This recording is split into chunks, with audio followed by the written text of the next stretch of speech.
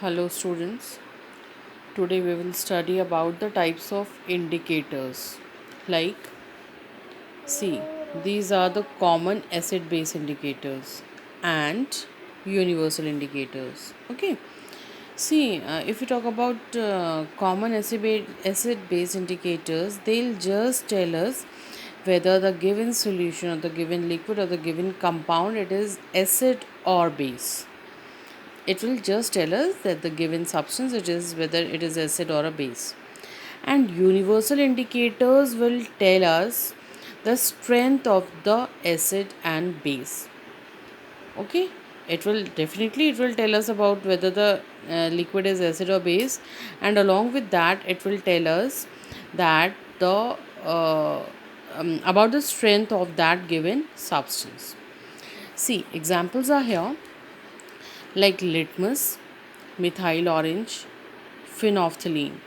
These are the common acid base indicators. Okay, these are acid base indicators. And if we talk about the examples of universal indicators, universal indicators are a mixture of organic dyes. So many dyes are mixed there, and what we get after mixing such indicators, it is pH, paper, or solution. So, pH paper, it is an example of a universal indicator, and pH paper or pH solution it is used as universal indicator, which is a mixture of organic dyes. Now, see here, utility of common acid base indicators. What is the use of these common acid base indicators? See, first, indicates whether a solution is acidic or alkaline. It tells us whether the given solution it is acidic or alkaline. It cannot be utilized for determining the strength of acidic or alkaline solution. It will just show us or tell us whether the given substance it is acidic or base, but it cannot tell us whether the solution it is a strong acid or a strong base, or a weak acid or a weak base. Okay, now it cannot differentiate between the acidic or basic solutions of different pH values. That it cannot tell, since they change their color abruptly at a certain pH change. As soon as they'll feel some changes, they'll change the color of the indicators, but they cannot tell us whether the what is the strength of that given substance. Like example, methyl orange, it changes color abruptly at pH 3 to 4. Methyl orange, it changes its color to at 3 to 4, and towards the basic solution it changes. Okay, this we have seen in the scale which was showing the pH scale. It is given in page number 46. Just go through it properly. Now, universal indicators, if we talk about the utility, it indicates the strength or pH range. It tells us whether the given liquid it is strong acid or a strong base, or weak acid or a weak base. It can be utilized for determining the strength of acidic and basic solutions. Okay, it can differentiate between acidic or basic solution of different pH values by giving different colors, like we studied in our previous video also.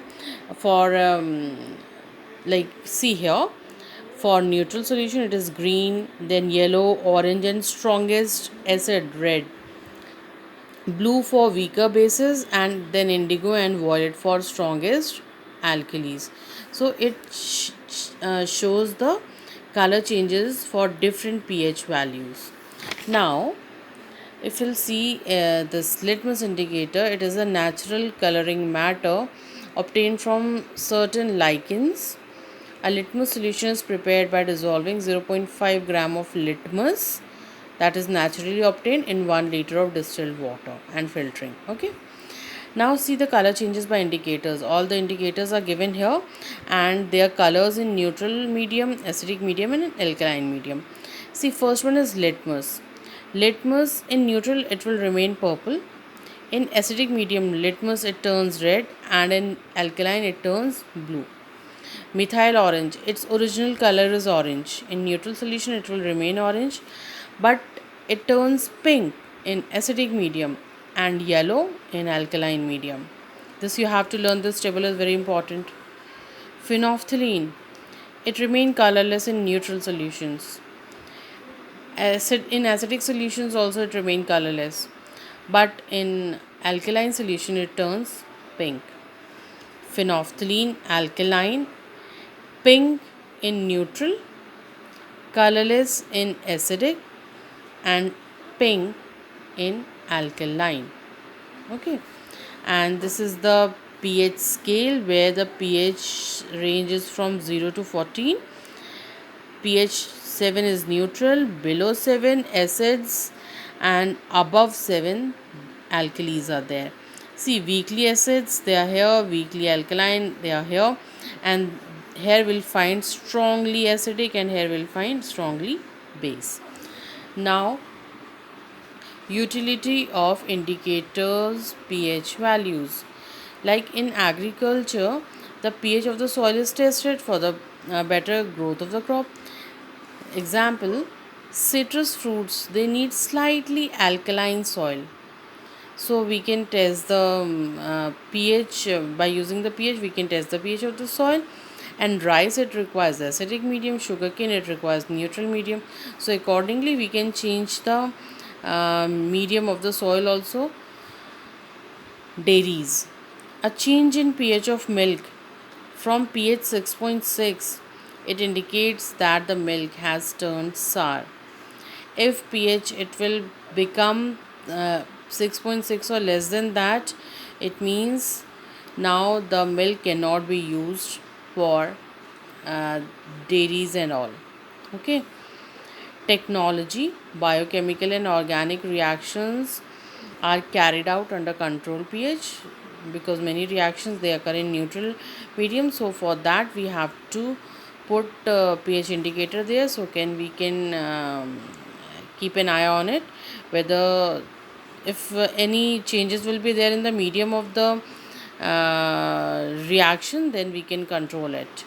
Now medicine, pH values of urine and blood are taken for diagnosis of various diseases.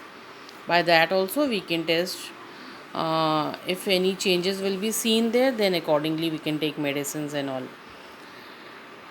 pH values of some common substances they are given here, like for hydrochloric acid it is 1, sulfuric 1.2, for acetic it is 2.9, for tartaric acid which is present in grapes it's 3.5, lactic acid which is present in milk it is 6.6, human blood 7.3. See, it's slightly basic. Human blood is slightly basic.